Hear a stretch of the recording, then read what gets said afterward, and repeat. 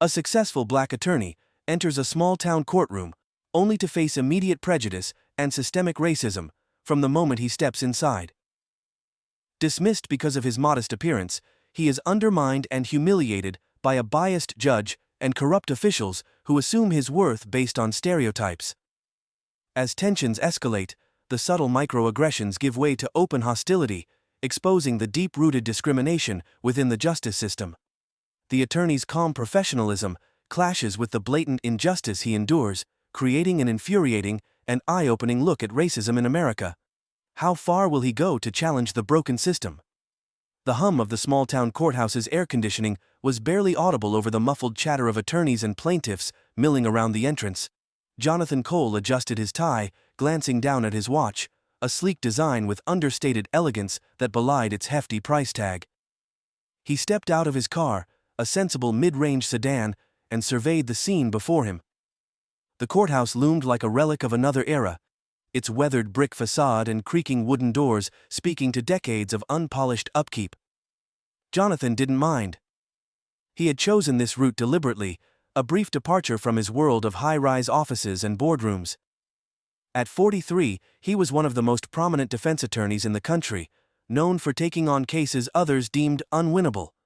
Yet, standing in this unassuming small-town courthouse, he looked like just another man in a neatly pressed suit. That was the point. As he entered the courthouse lobby, the scent of old paper and disinfectant hit him. The crowd was a mix of faces, locals waiting nervously for their cases to be called, and court officials navigating the morning chaos with practiced indifference. A couple of officers stood by the security checkpoint, their eyes scanning the room with casual vigilance. Jonathan approached the line, offering a polite nod to the officer nearest him. "Morning," he said, placing his briefcase on the conveyor belt and emptying his pockets. The officer, a burly man with a buzz cut, barely glanced at him before mumbling, "Step through." Jonathan complied, moving through the metal detector without issue. As he retrieved his belongings, a sharp voice called out behind him, "Excuse me, sir, are you sure you're in the right place?" Jonathan turned to see a woman in a dark blazer, likely a clerk or junior attorney, eyeing him with thinly veiled skepticism. Her gaze flicked over his shoes, his watch, and the briefcase he held with casual ease. She wasn't outright hostile, but there was something in her tone, something Jonathan had heard too many times before. "Yes, I believe I am," he replied evenly, a faint smile playing on his lips. "Courtroom B, correct?" Her brows knit together in surprise. Yes, that's correct. Are you here for a case?" "I am," Jonathan said, his voice calm but firm. "I'm representing a client." "Oh." The word was heavy with doubt, as though she couldn't reconcile his presence with her expectations. "Well, good luck." The exchange was brief, but it left an aftertaste Jonathan had grown all too familiar with. He wasn't here for her approval, though his focus was on the client, a young man facing charges that could ruin his future. This wasn't Jonathan's usual territory, but the case had hit too close to home for him to turn it down. He walked into Courtroom B and took a seat near the back, observing the scene with quiet interest. The wood-paneled walls and scuffed benches felt like stepping into a time capsule. At the front of the room, the judge's bench loomed over the proceedings, flanked by a pair of flags. Jonathan caught sight of his client, Jamal, sitting nervously at the defense table. The teenager's hands fidgeted with a pen, his expression a mix of fear and defiance. His mother sat beside him, her face lined with exhaustion. Jonathan had met them only briefly before agreeing to take the case, but their story had stuck with him. A story of being in the wrong place at the wrong time, of assumptions made too quickly, and consequences that spiraled out of control. The prosecutor arrived moments later, a middle-aged man with a confident stride and an expensive suit that screamed ambition. His assistant trailed behind, carrying a stack of files. Jonathan knew the type well, eager to make a name for themselves, even at someone else's expense. As the room filled, Jonathan felt the weight of the gazes around him. Some were curious, others dismissive. It didn't matter. He leaned back in his seat, his expression calm, but his mind already calculating every angle of the case. The bailiff's call to order snapped the room to attention, and the proceedings began.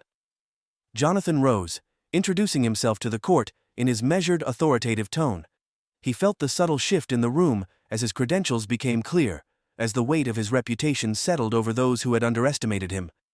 This was only the beginning. This sets the stage by introducing Jonathan's character, his humility, despite his status, and the systemic biases he navigates.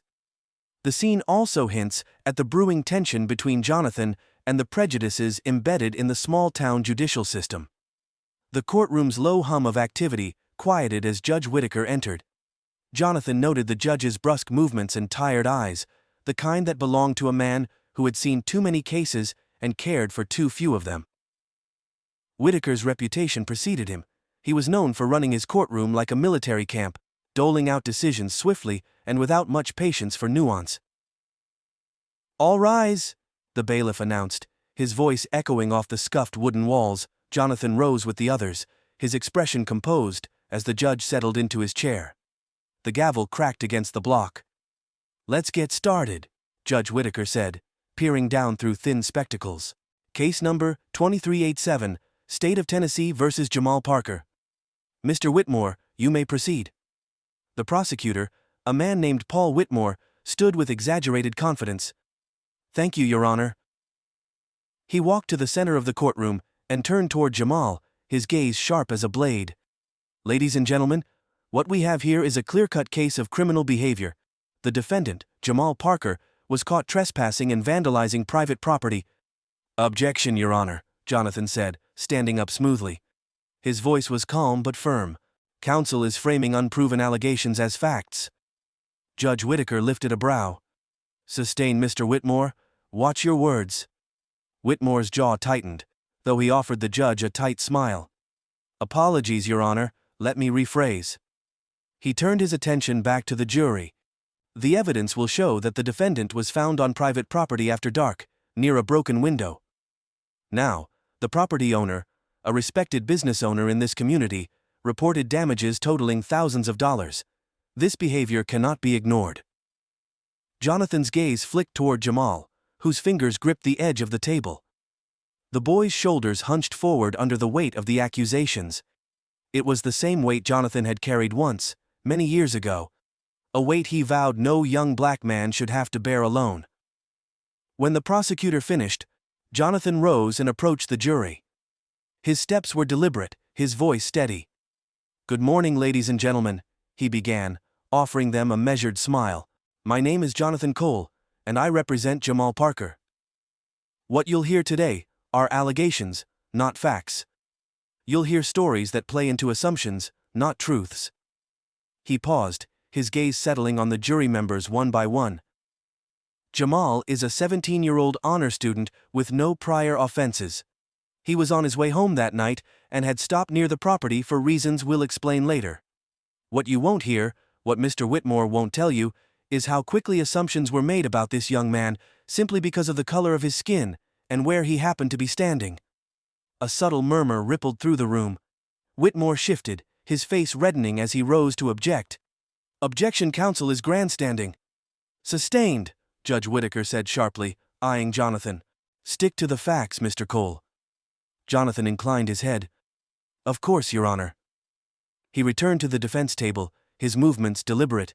He could feel the tension in the room, thick as smoke. Outside the courtroom, during the recess, the hallway bustled with noise. Jonathan leaned against the wall near Jamal and his mother, Rebecca, trying to reassure them. "You're doing fine," he said quietly, looking at Jamal. "Just remember, keep calm, and let me handle everything." Rebecca spoke up, her voice low and strained. "Mr. Cole, they're making my boy out to be some kind of criminal. They're looking at him like he's dangerous." Jonathan's gaze softened. "I know." He had seen it too often. Suspicion drawn like a magnet to young black men for simply existing in the wrong place at the wrong time. "We'll prove them wrong." The sound of heavy boots approached. Jonathan looked up to see two officers lingering just a few feet away, their voices not quite hushed enough. "What's a kid like that doing with a lawyer like him?" one officer muttered, casting a glance toward Jamal. "Probably a sympathy case." The other officer chuckled. "Or he's getting paid out of someone's woke charity fund. Either way, it's a waste of time." Jonathan's fists clenched at his sides, his jaw tightening. Years of experience kept him in check. He'd heard worse. But Jamal had heard it too, and his face fell, the defensive mask slipping for just a moment. Jonathan straightened and turned toward the officers. "Is there something you gentlemen need?" The taller officer glanced at him, his smirk faltering. "No, sir, just doing our job." "Good," Jonathan replied evenly, his gaze unflinching. "Then I suggest you get back to it." They hesitated before walking off, but the damage was done. Jonathan turned back to Jamal, who avoided his gaze. "Don't listen to them," Jonathan said softly. "You're not what they think." Back in the courtroom, the tension escalated. Whitmore called the property owner, a stout man in his late 50s, to the stand. "Mr. Harlan, can you describe what happened that night?" Whitmore prompted. Harlan adjusted his tie, his expression smug. "I heard glass breaking, and when I looked out, I saw him." He gestured toward Jamal. "Lurking around, I ran outside, and there he was, tried to run, but I yelled for the police." "And you're sure it was the defendant you saw?" Whitmore pressed. "Absolutely," Harlan replied firmly. "It was dark, but I know what I saw." Jonathan scribbled something on his legal pad, his calm demeanor never faltering. When it was his turn to cross-examine, he approached the witness with a measured stride. "Mr. Harlan, you said it was dark when you saw someone near your property." "That's right." "And you were sure it was Jamal Parker? How far away were you when you saw him?" Harlan shifted. "Maybe 30, 40 feet." 30 to 40 feet in the dark," Jonathan repeated, tilting his head slightly. "And you said the person ran. Was it possible you couldn't get a clear look?" "I know what I saw," Harlan snapped, his confidence wavering just slightly. Jonathan nodded, as though considering the answer. "Did you see anyone else in the area that night?" "No." "And when the police arrived, where was Jamal?" Harlan hesitated. "Standing near the lot." "Near the lot," Jonathan repeated, walking back toward the defense table. "Not inside the building, not with anything in his hands, just standing nearby." Whitmore jumped up. "Objection!" asked and answered. "Sustained," Whitaker barked. Jonathan returned to his seat, satisfied that the seed of doubt had been planted, but the damage was done. The jury's eyes flicked toward Jamal, the unspoken assumptions still lingering, still whispering guilty in their minds. As the day dragged on, the weight in the room grew heavier. During a break, Jonathan sat in the quiet corner of the courthouse cafeteria, nursing a lukewarm cup of coffee. He was replaying every step of the case when Whitmore approached, his smug grin in place. "Cole," Whitmore said, sliding his hands into his pockets. "It's a nice gesture, what you're doing here. But we both know how this ends." Jonathan looked up slowly, his expression unreadable. "Is that right?" "Come on," Whitmore continued, his voice dropping. "The kid was in the wrong place. Whether he did it or not, it doesn't matter. They're not going to give him the benefit of the doubt." Jonathan's jaw tightened, but his voice stayed smooth. "Justice isn't about assumptions, Whitmore. It's about the truth." Whitmore laughed under his breath. "Sure you keep telling yourself that?"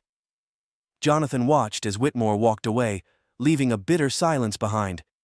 He set his cup down, his fingers tapping against the table. There was too much at stake. Jamal's future. His mother's hope. A chance to prove that truth could still matter. He'd fought battles like this before, against biases too deeply rooted to unearth in a day, but he couldn't stop now, not when a boy's life hung in the balance.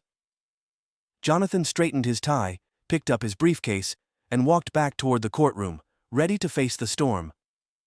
Jonathan sat at the defense table, his fingers pressed against his temples as Judge Whitaker's gavel cracked.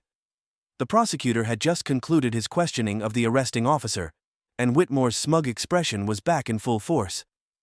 Officer Daniels, the officer on the stand, had done his part, leaning heavily into the narrative that Jamal's presence near the scene that night was, in his words, suspicious. It was the same tired story Jonathan had heard 100 times. A black kid near a crime scene must be guilty. Jonathan rose to cross-examine, his sharp gaze locking on Daniels. "Officer Daniels," Jonathan began, his voice smooth and controlled, "you said you arrived at the scene and found Jamal Parker standing near the broken window. Is that correct?" "Yes, sir," Daniels replied, his tone dripping with the confidence of someone who expected no pushback.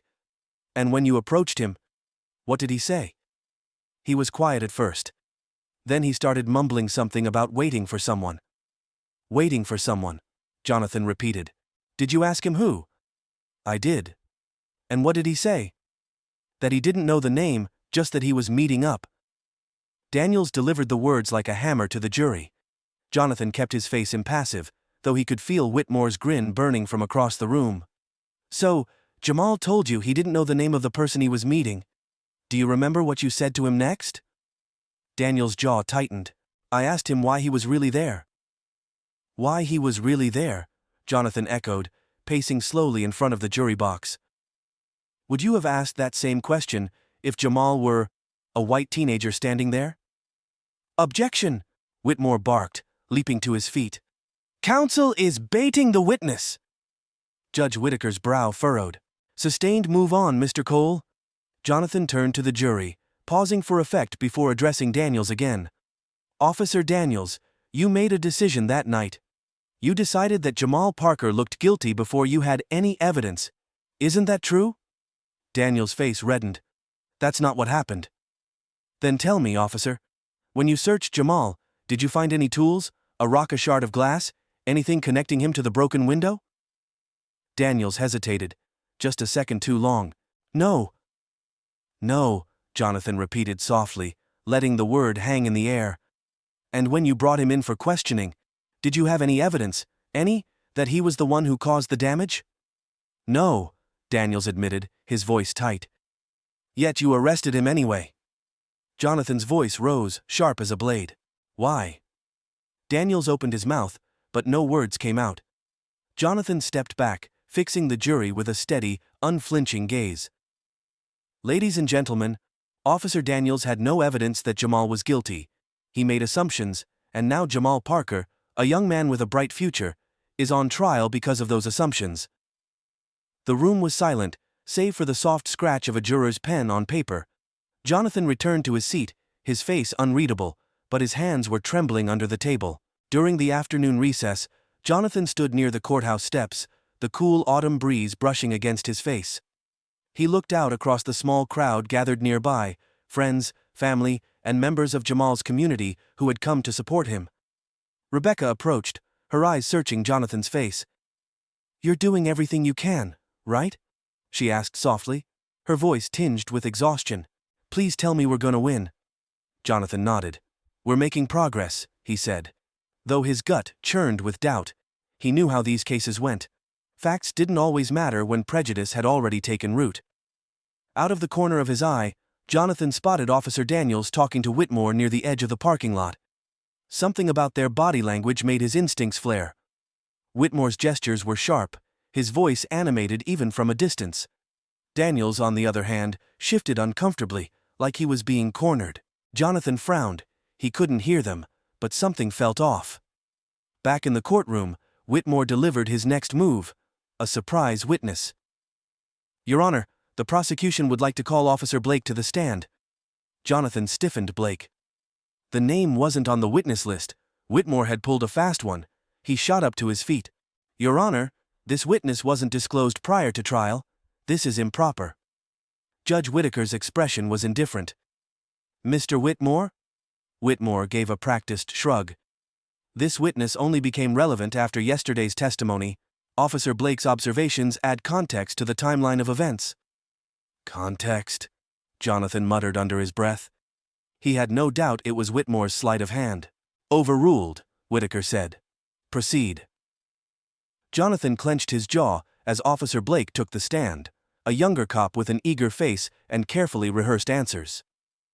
"Officer Blake," Whitmore began, "where were you on the night of the incident?" "Patrolling the next block over," Blake said confidently. "I received a call about the vandalism and arrived shortly after Officer Daniels." "And what did you observe?" Blake turned toward the jury, his voice unwavering. "I saw Jamal Parker standing by the property, looking nervous. His hands were in his pockets, and he was looking around like he was waiting for someone." Jonathan's teeth ground together. Looking nervous. It was a flimsy observation, but it played perfectly into the image Whitmore was painting. And did you speak to Officer Daniels? Yes, Blake replied. He told me the kid had been acting suspicious. Jonathan could feel the narrative shifting. Whitmore's strategy was clear: pile assumptions on top of weak observations, and hope the jury's biases did the rest. When court adjourned for the day, Jonathan's frustration boiled over as he packed up his papers. Whitmore's playing dirty, Mitchell said quietly, stepping up beside him. Mitchell had been Jonathan's paralegal for years, loyal, sharp, and always able to read Jonathan's mood. Jonathan's jaw was tight. They're stacking the deck with unreliable witnesses and loaded words like nervous and suspicious. It's enough to plant doubt in the jury's minds. Mitchell glanced toward the exit, where Whitmore was shaking hands with Officer Daniels. Maybe we fight fire with fire. Jonathan frowned. What are you getting at? Something's off about Daniels. The way he hesitated today, the way Whitmore keeps him close. It doesn't add up. Jonathan's brow furrowed. You think they're hiding something? Wouldn't be the first time, Mitchell said darkly. Give me a night. Let me dig around. Jonathan hesitated, his sense of ethics warring with the urgency of the situation. But this wasn't just any case. It was Jamal's life on the line. He nodded once. Find me something. The next morning, Jonathan arrived at the courthouse early. Mitchell was waiting for him on the steps, a file in hand. You're not going to believe this, Mitchell said, his voice low. He handed over the file. Daniel's body cam footage from that night, it's missing. Jonathan's heart skipped a beat. Missing how? The footage was flagged as corrupted, Mitchell explained. But I pulled up Daniel's logs. Turns out his camera had been manually switched off just minutes before he found Jamal. Jonathan's pulse quickened as he flipped through the file. So he turned off his body cam. Why? That's the question, Mitchell said. And if we press the right buttons in court, maybe Daniels will crack. Jonathan glanced up at the courthouse, determination flaring in his chest. Then let's press. The scene was set. Jonathan strode into the courtroom, a new resolve in his steps. Today, he wasn't just playing defense, he was going on the offensive. Your Honor, Jonathan said, rising after the formalities were complete. I would like to recall Officer Daniels to the stand. Whitmore's head snapped up. Objection, Your Honor. The defense had ample opportunity to question the witness. I believe new evidence has come to light, Jonathan replied coolly. Judge Whitaker's gaze narrowed. Proceed. As Officer Daniels took the stand, Jonathan approached with the file tucked under his arm. Officer Daniels, let's talk about your body cam footage from the night of the incident. Daniels blinked, his face suddenly pale. I already submitted my report. And yet, Jonathan said, flipping open the file. The footage was conveniently missing corrupted. I believe you claimed to tell me. Officer, why was your camera turned off moments before you approached Jamal Parker? The courtroom fell silent. Daniel's throat bobbed as he swallowed hard. I don't know. Jonathan's voice was razor sharp. You don't know, or you don't want to say? Whitmore shot up, panic flashing in his eyes. Objection. Overruled, Judge Whitaker said, leaning forward. Answer the question, Officer Daniels. Daniels' gaze darted toward Whitmore, his composure unraveling. Jonathan's heart pounded as he pressed, his voice like a hammer. What are you hiding, Officer Daniels? Daniels opened his mouth, but no sound came out. The room held its breath as the cracks began to show, and Jonathan knew he was close, so close to the truth that would shatter everything. The courtroom air felt thick, suffocating even, as Officer Daniels sat on the stand, fidgeting in his chair. Jonathan didn't miss the way Daniels glanced toward Whitmore, who sat stiff as stone, his jaw locked in silent fury. Something was unraveling, and Jonathan was determined to pull the thread until it all fell apart. Officer Daniels, Jonathan said again, his voice smooth but deliberate. Let me repeat the question. Why was your body cam turned off before you approached Jamal Parker? Daniels swallowed hard. I told you I don't know. Jonathan tilted his head slightly, his eyes sharp. Isn't it department policy for body cams to remain on during all interactions with citizens? Yes, Daniels muttered, barely audible. So turning off your camera, Jonathan continued, his voice growing louder, would be a direct violation of that policy, wouldn't it? Whitmore shot up again. Objection, counsel is badgering the witness. Jonathan turned calmly to the judge. Your Honor, I'm simply asking for clarification on an established fact. If Officer Daniels's camera was turned off, the jury has a right to know why. Judge Whitaker's expression was strained, but he nodded. Overruled. The witness will answer. Daniels shifted uncomfortably, his face growing red. He opened his mouth, but no words came. The jury watched him closely now, their earlier indifference replaced with something sharper. Suspicion. Officer Daniels, Jonathan said softly, his tone dropping just enough to pull the room into uneasy quiet. Is there something about your actions that night you don't want this court to know?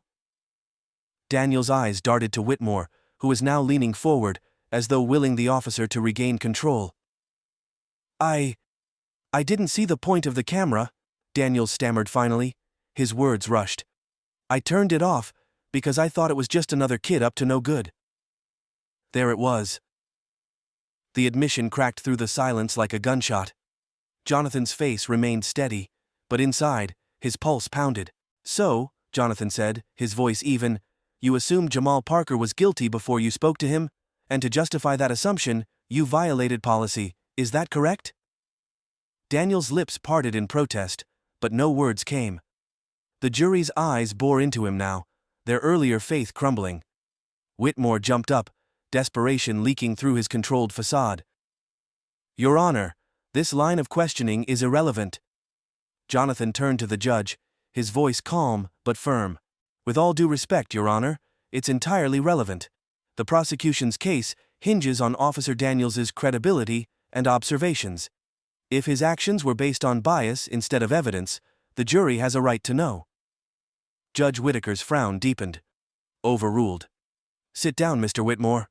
Jonathan turned back to Daniels, his final blow ready. Officer Daniels, what did you see that made you assume Jamal Parker was guilty? Was it the broken window? The lack of tools? Or was it simply that Jamal Parker is a black teenager? Daniels' face froze. The room was deadly silent, every word reverberating off the polished wood walls. Finally, he croaked out a response. I don't know. Jonathan stepped back, letting the weight of the moment sink in. No further questions, Your Honor. He returned to his seat, his heart pounding as he caught Whitmore's furious glare. The damage was done, the seed of doubt had been planted. The hallway outside the courtroom was buzzing with murmured conversations when Jonathan stepped out during recess. Supporters from Jamal's family rushed over, their faces hopeful but wary. You did good in there, Rebecca said, grabbing his arm. You made him slip. Jonathan nodded, though his shoulders felt heavy with the weight of what lay ahead. We've opened a door, but we're not done yet. Mitchell appeared at his side, a grim expression on his face. Jonathan, he said quietly, you need to see this. Jonathan followed Mitchell to a secluded corner, where the younger man pulled out his phone and opened a video file. This just surfaced online, he said. It's Daniels's dashcam footage, someone must have leaked it. The screen flickered to life. The audio was muffled, but Jonathan could make out the scene. Officer Daniels pulling up to the vacant lot where Jamal had been standing. Daniels stepped out of the car, bodycam still attached to his chest, but he visibly reached up and turned it off. The video cut out moments later, but the intention was clear. Jonathan's breath hitched. Where did this come from? Anonymous upload, Mitchell replied. Probably someone inside the department. They must have had enough of Daniel's lies. Jonathan stared at the screen, his mind racing. This was it, proof. The moment that could unravel everything Whitmore had built. Back in the courtroom, the atmosphere had shifted. Word of the leaked video had spread through the gallery like wildfire, and Jonathan could feel the pressure mounting as the judge entered. He rose to his feet, adrenaline buzzing in his veins. Your Honor, he said, his voice strong. New evidence has come to light. I'd like to introduce a dashcam video that directly contradicts Officer Daniels' earlier testimony. Whitmore shot up, his face flushed with anger. This is outrageous. The defense is introducing unreliable, unauthenticated evidence. Jonathan turned sharply. This video came from Officer Daniels' own vehicle. If the prosecution wishes to dispute its authenticity, we can subpoena the department to verify its source. Judge Whitaker raised his hand for silence. Proceed, Mr. Cole. Jonathan approached the screen, every step deliberate. Ladies and gentlemen of the jury, what you're about to see is video footage from Officer Daniels' dashcam, the same night he arrested Jamal Parker. He nodded to the bailiff, who hit play. The courtroom was deathly still as the screen came to life, showing Daniels turning off his body cam. The silent confirmation of his actions hit the jury like a hammer. "Officer Daniels," Jonathan said, turning to the witness stand, "can you explain why you turned off your body cam before approaching Jamal Parker?" Daniels' hands were visibly shaking now, his eyes darting to Whitmore as if begging for an answer. Whitmore sat frozen, his lips pressed into a thin line. "Officer Daniels," Jonathan pressed, "the jury is waiting." Daniels opened his mouth, but the words stuck in his throat. He looked down, defeated. I don't have an answer," he muttered. Jonathan turned back to the jury, his voice ringing clear. "The truth is simple. Officer Daniels didn't want anyone to see what happened next. He didn't want anyone to hear how he decided, in that moment, that Jamal Parker was guilty. Without evidence, without reason, simply because of the color of his skin." Whitmore slammed his hand on the table. "Objection!" "Sustained," Judge Whitaker said sharply. "Stick to the facts, Mr. Cole." Jonathan nodded, undeterred. "The facts, Your Honor, are right here on this screen." He gestured to the frozen image of Daniels' hand turning off his camera. "And the facts prove that this case was built on assumptions, not evidence." Jonathan returned to his seat, his hands trembling under the table. The jury's faces were unreadable, but their silence told him everything. He'd struck the heart of the prosecution's case. Outside the courthouse, reporters swarmed the steps, their cameras flashing and voices shouting over one another. "Mr. Cole, is the leaked video going to change the outcome of the case? Do you think the officer will be held accountable for his actions?" Jonathan pushed through the chaos, his face unreadable. He spotted Rebecca waiting near the edge of the crowd, her hands clasped tightly as Jamal's younger siblings clung to her sides. "Did you see it?" she asked, her voice shaking. "Do you think they believe you?" Jonathan looked down at her, his expression softening. "They saw the truth today, Rebecca. And that's a start." But even as he spoke, his mind was on Whitmore and Daniels. He knew they wouldn't go quietly, not with so much at stake. This wasn't over. Not yet. And when Mitchell caught up to him on the sidewalk, breathless and holding his phone up like a trophy, Jonathan's gut told him the next battle was already underway. "You're not going to believe this," Mitchell said, pulling him aside. "Guess who was caught talking to Daniels outside the department last night?" Jonathan's stomach dropped. "Who?" Mitchell showed him the screen. It was grainy surveillance footage, but the figure was unmistakable. Whitmore. His hand on Daniel's shoulder, leaning in, speaking urgently. Jonathan's jaw clenched. "They're covering something up." And in that moment, he knew. Tomorrow, everything would come to light. The courtroom was packed, standing room only. The air was tense, charged like the moments before a thunderstorm. Reporters lined the back row, their cameras ready to capture whatever came next. The video had gone viral overnight, its contents making national headlines. "Officer caught turning off body cam sparks, trial fallout," was plastered on every major news outlet. Jonathan stood tall at the defense table, his face calm, but his mind a storm. Whitmore sat at the prosecution table, his movements rigid and calculated. Officer Daniels avoided looking at anyone, his once arrogant demeanor stripped away, leaving behind a nervous shell of a man. Today, there would be no escape. Judge Whitaker's voice cut through the murmurs. "Mr. Cole, you may proceed with your witness." Jonathan stood, buttoned his jacket, and approached the witness stand. This was it, the moment he'd been working toward since Jamal's arrest. His voice, steady but cold, broke the silence.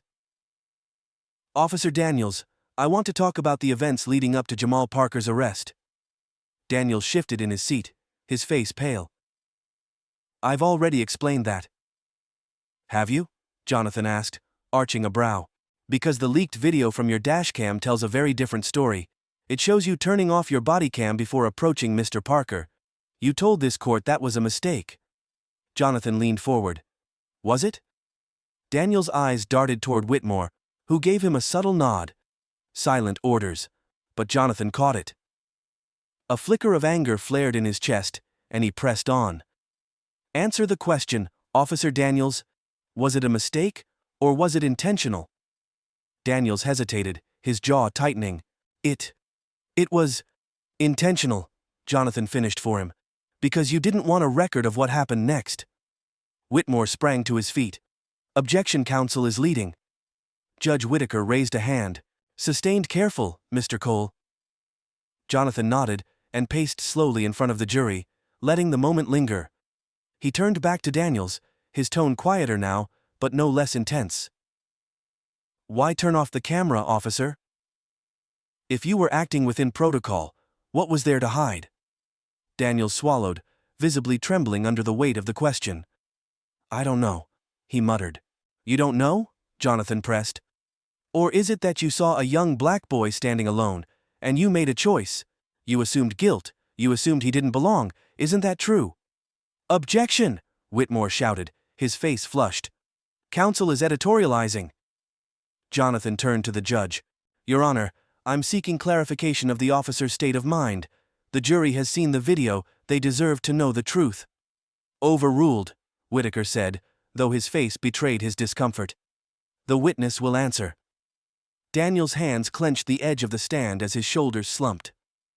I thought he looked suspicious, he mumbled. Jonathan seized the opening. Suspicious for standing near a vacant lot, for existing in a neighborhood that you decided he didn't belong in. Daniels opened his mouth, but Jonathan didn't let him off the hook. He turned, pacing toward the jury. Ladies and gentlemen, Jonathan said, his voice ringing out like a bell. What you've witnessed here is a pattern of assumptions and abuse hidden under the guise of law enforcement. Officer Daniels turned off his body cam because he knew what he was about to do wasn't right, and he didn't want anyone to see it. The words hung in the air. Daniels shifted in his seat, his shame palpable.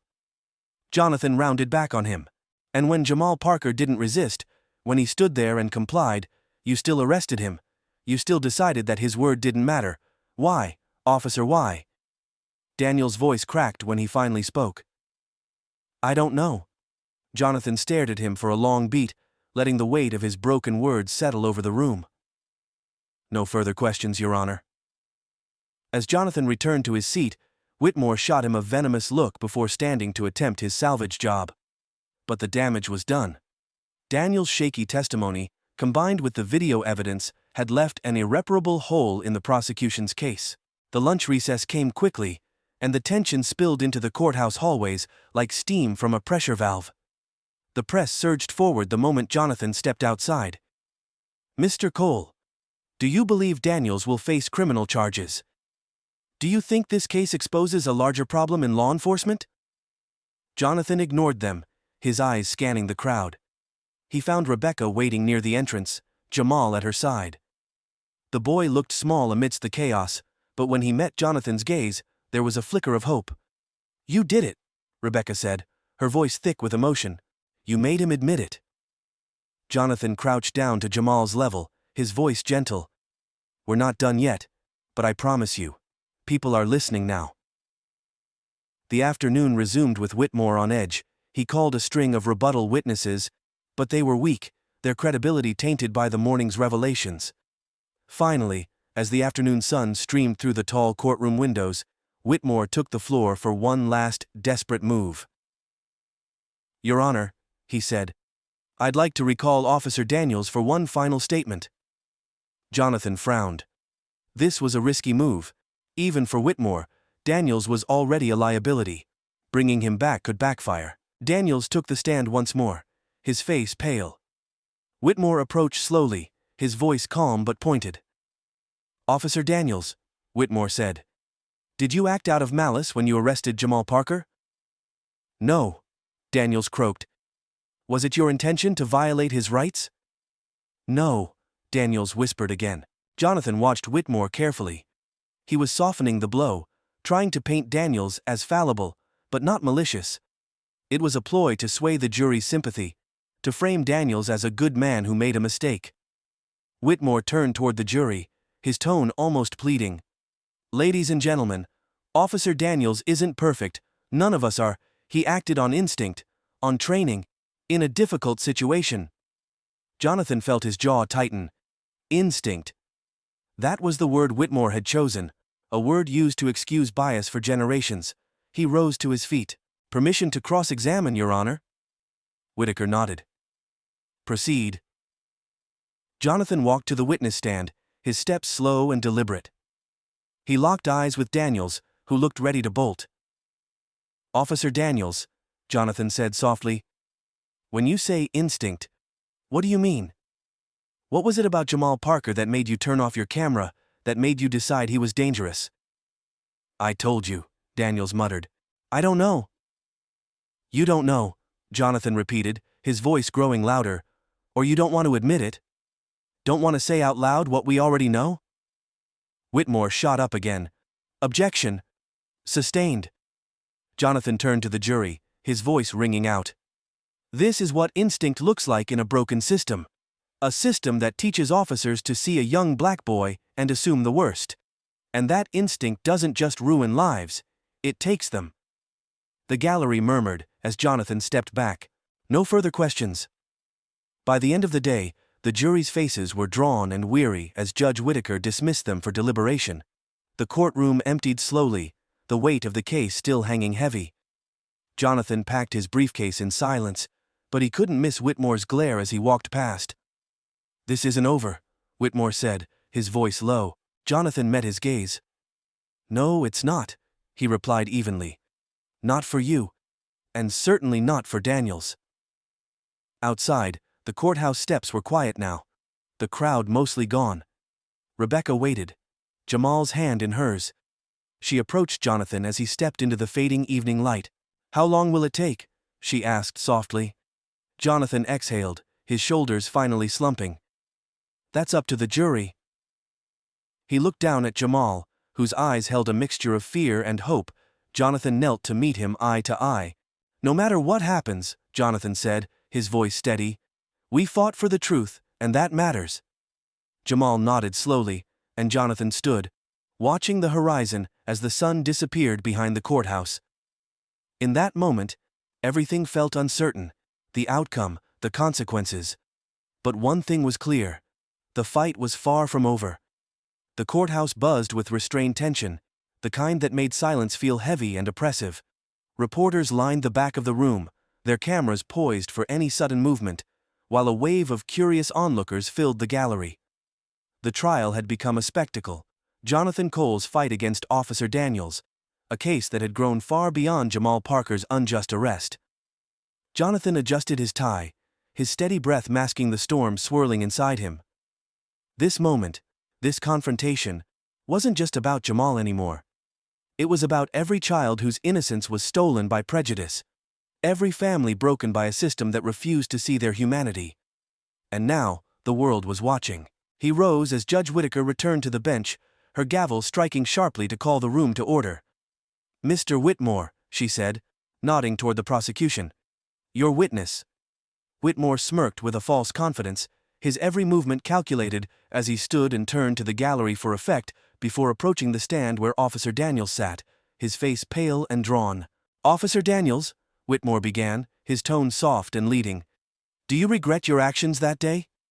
Daniels' throat bobbed as he swallowed hard. "Yes, I regret turning off my camera.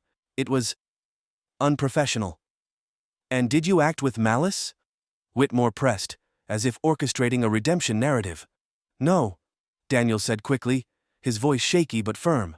"I acted on training and instinct." Jonathan's hands clenched into fists beneath the table. Instinct. There it was again. That word, a shield behind which systemic injustice thrived, passed down and excused as human nature. He glanced at Jamal Parker's family sitting in the front row, Rebecca gripping her son's hand tightly. Jamal's wide, tired eyes met Jonathan's, and for a fleeting moment, the boy's unspoken question passed between them. "What will you do?" "Mr. Cole," Judge Whitaker's voice interrupted, breaking the moment. "Your cross-examination." Jonathan stood, buttoning his jacket and pacing slowly toward the witness stand. The room quieted as his steps echoed off the marble walls, each beat punctuating the gravity of the moment. When he stopped before Daniels, the tension in the room spiked like static before lightning struck. "Officer Daniels," Jonathan began softly, his voice calm but carrying an edge sharp enough to cut. You've told this court you acted on instinct. Let's unpack that, shall we? Daniels shifted in his seat, his knuckles whitening as he gripped the edges of the witness stand. Tell me, officer, what about Jamal Parker looked suspicious to you? Jonathan continued, his eyes boring into Daniels. Was it the color of his hoodie? The way he stood near that vacant lot? I told you, Daniels stammered.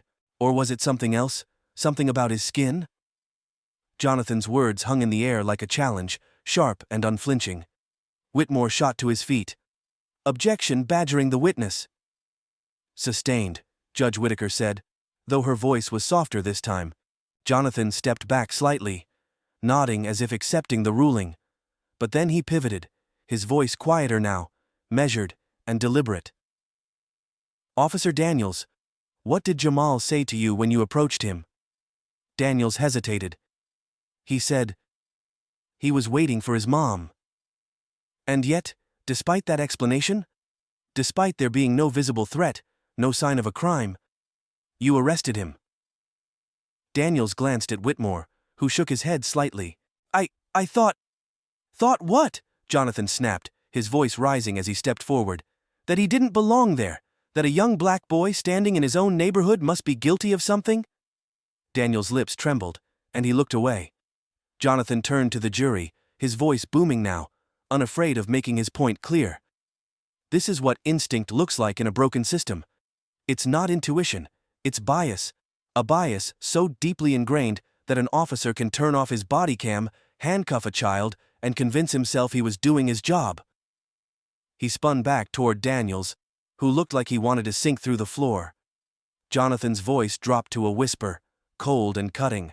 You turned off that camera because you knew what you were doing was wrong. Daniels started to protest, but his voice broke. Jonathan leaned closer, driving the final nail into the coffin.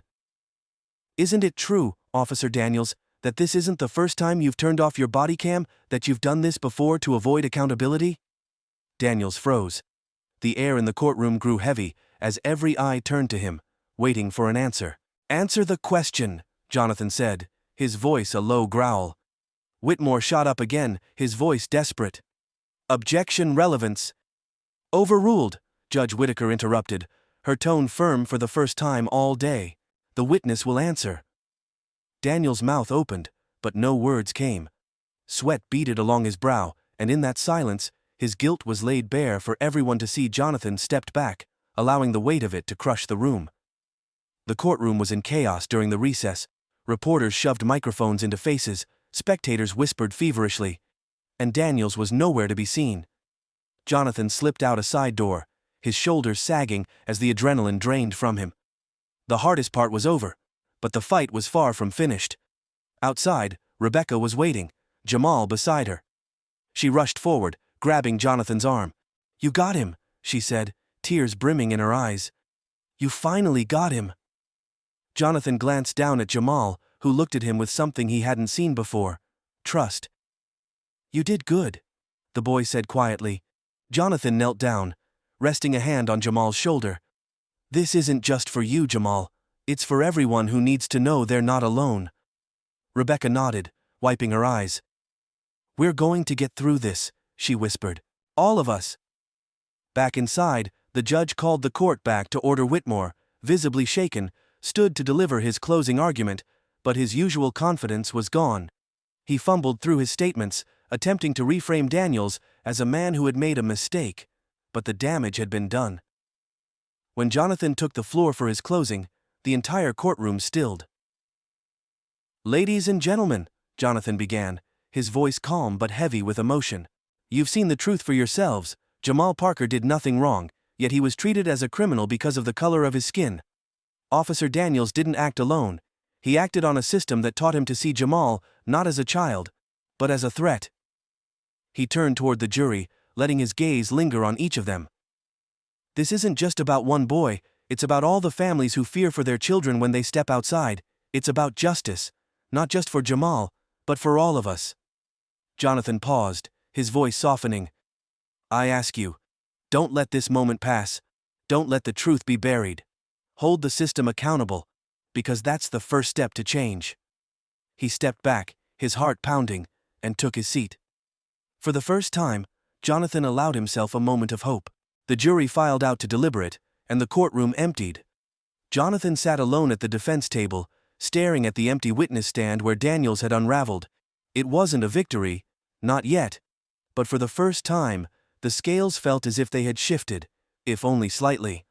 The door creaked open, and Mitchell appeared, hands in his pockets. "Hell of a performance, Cole," he said, his voice softer than usual. "You made 'em see it." Jonathan nodded, though exhaustion tugged at every inch of him. Let's hope it was enough. Mitchell lingered for a moment, as if wanting to say more.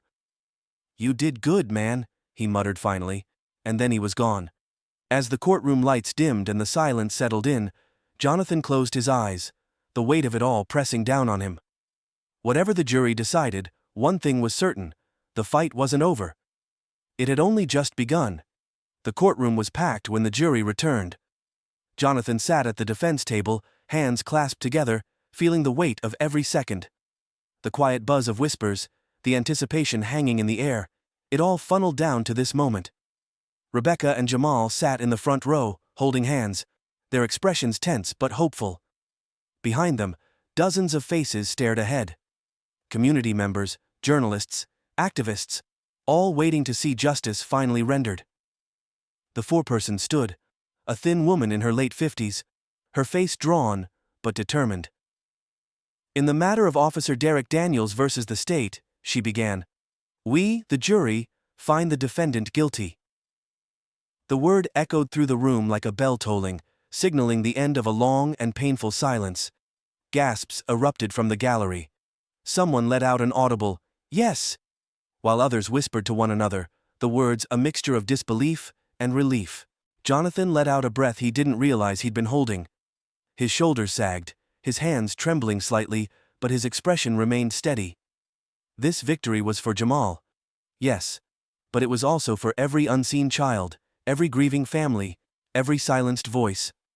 As Judge Whitaker dismissed the court, the room erupted in movement.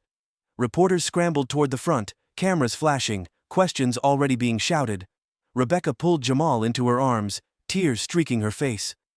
Jonathan stood, his gaze meeting Jamal's, and the boy nodded at him. A quiet acknowledgement, an unspoken thank you. Outside the courthouse, the scene was chaos.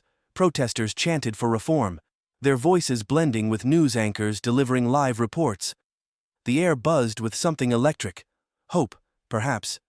The guilty verdict wasn't the end, but it felt like the first crack in a massive wall. Jonathan emerged into the fray, flanked by Mitchell and a handful of other attorneys who'd come to support the case. Reporters swarmed toward him, microphones thrust forward. "Mr. Cole, how do you feel about the verdict? Do you believe this case will lead to police reform?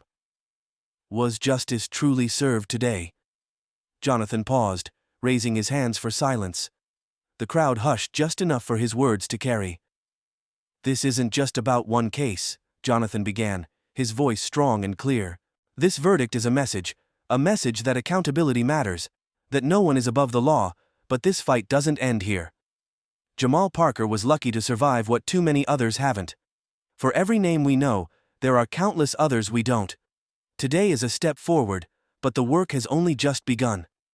The reporters erupted again, shouting follow-up questions, but Jonathan turned and made his way toward Rebecca and Jamal, who waited near the steps. Rebecca embraced him tightly, her gratitude written in the tear-streaked lines of her face. "You saved my boy," she whispered. "You saved my family." Jonathan smiled softly. "He's the one who gave us the strength." Jamal stood beside her, his hands stuffed into his hoodie pocket. "Are you going to keep doing this?" he asked quietly, looking up at Jonathan with those wide, curious eyes. Jonathan nodded. "As long as I need to, Jamal." Back in his office that evening, Jonathan sat alone, staring out the window as dusk fell over the city skyline. A single desk lamp cast a warm glow across the room. The walls, once bare, were now adorned with newspaper clippings and photos. Small victories, hard-won battles that carried the weight of his purpose.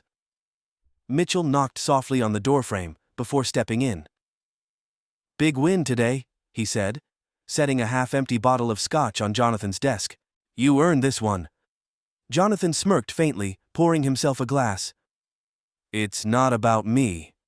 Mitchell sat across from him, stretching out with a sigh. You've changed. You know. When I first met you, you cared about winning. Now it's different. Jonathan looked at him, his expression thoughtful. I used to think the system could fix itself, that being a good lawyer was enough, but it's not. The system doesn't change unless people push it, unless we demand it. And you're leading that charge now? Mitchell asked, raising an eyebrow. Jonathan shook his head. No, I'm just one voice. But if my work can help others find theirs, then that's enough. Mitchell nodded, lifting his glass in salute. To you, Cole, and to what comes next. Jonathan clinked his glass against Mitchell's. To what comes next. In the weeks that followed, the trial's outcome sparked ripples that spread far beyond the city news networks, ran coverage highlighting not just Jamal Parker's case, but a broader pattern of systemic bias. Activists called for reforms, body cam mandates, independent oversight of police misconduct, and community-based training initiatives. The community, galvanized by the case, began to mobilize neighborhoods-held forums, demanding accountability from their representatives.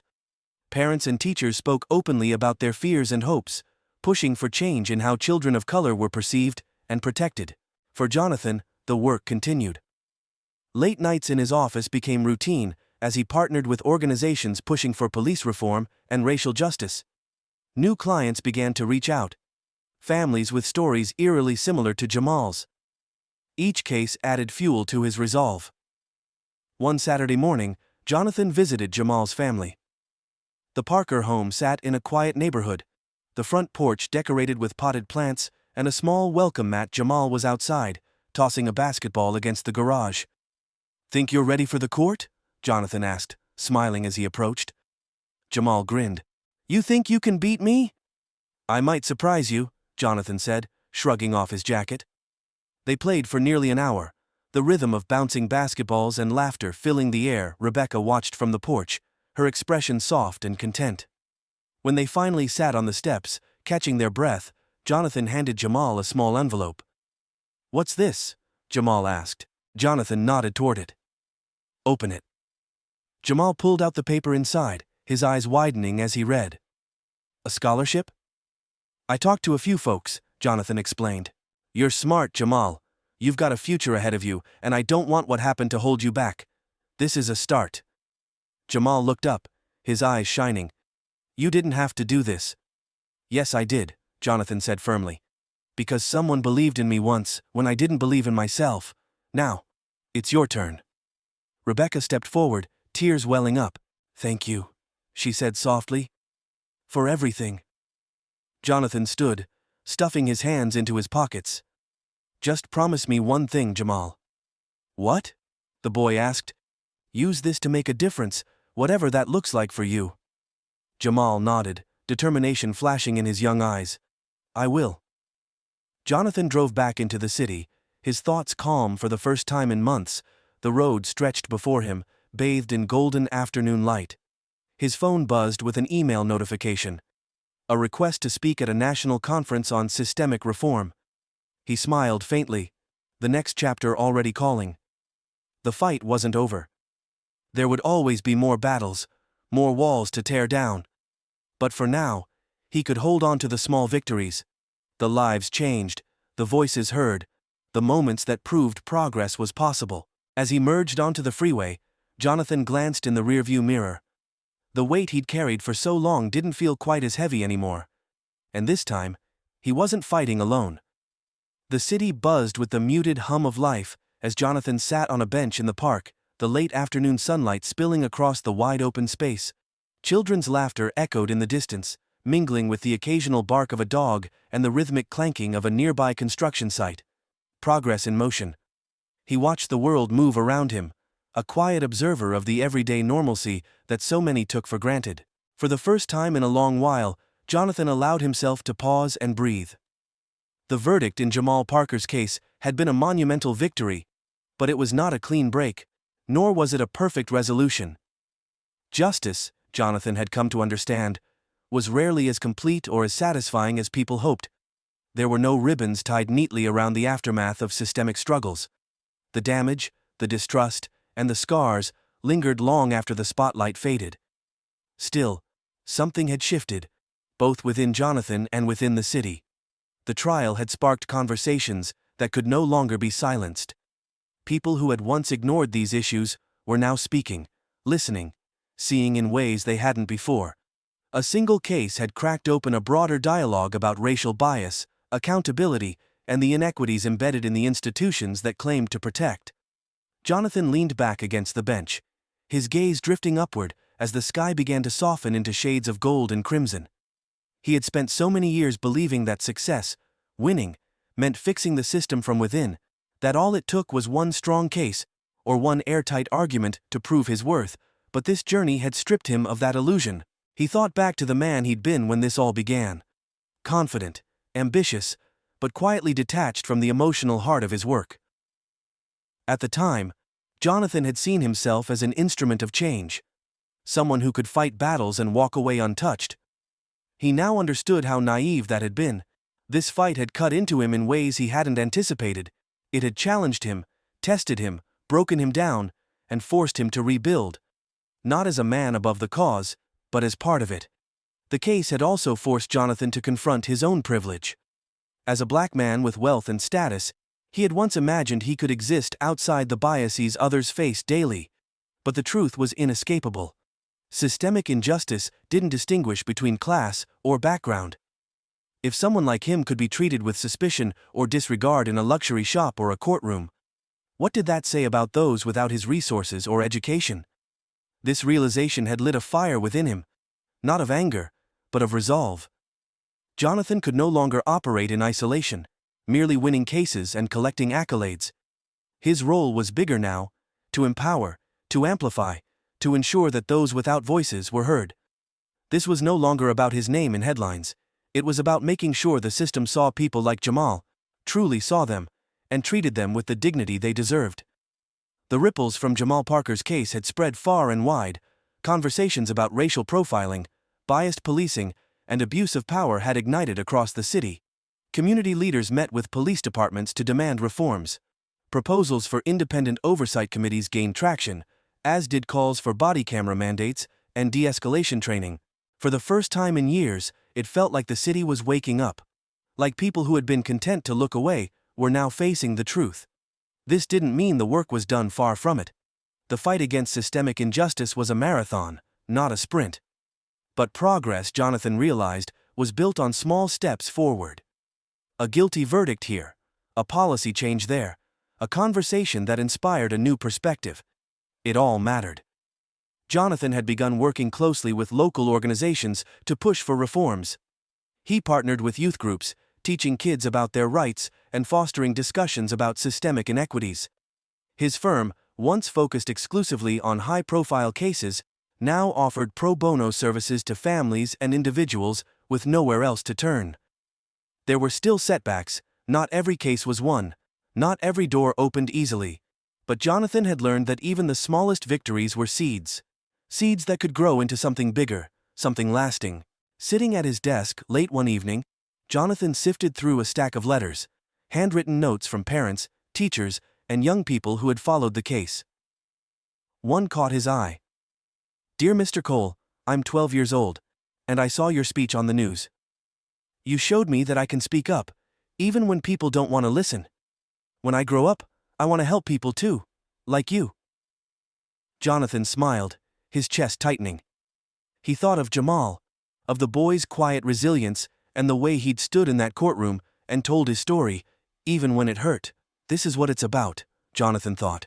He had spent years trying to prove something to himself, to the world, that he was good enough, that he belonged. Now, he realized, it wasn't about proving anything at all.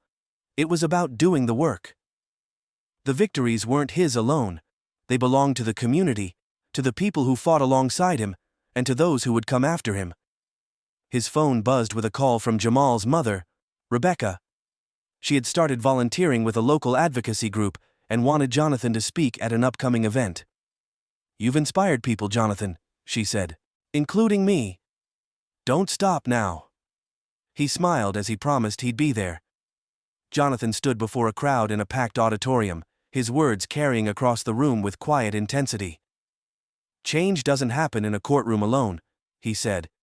"It happens when we decide to show up, not just for ourselves, but for one another.